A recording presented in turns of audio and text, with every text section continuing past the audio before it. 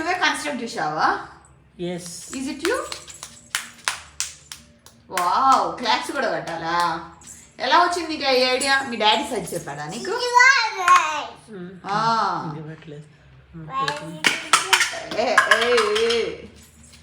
ఏందిరా పడేస్తున్నావా? కొలబ్ చేస్తావా?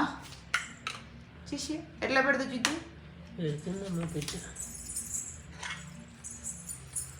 కొలాబ్స్ చేస్తావా? అది కన్స్ట్రక్ట్ చేస్తావా?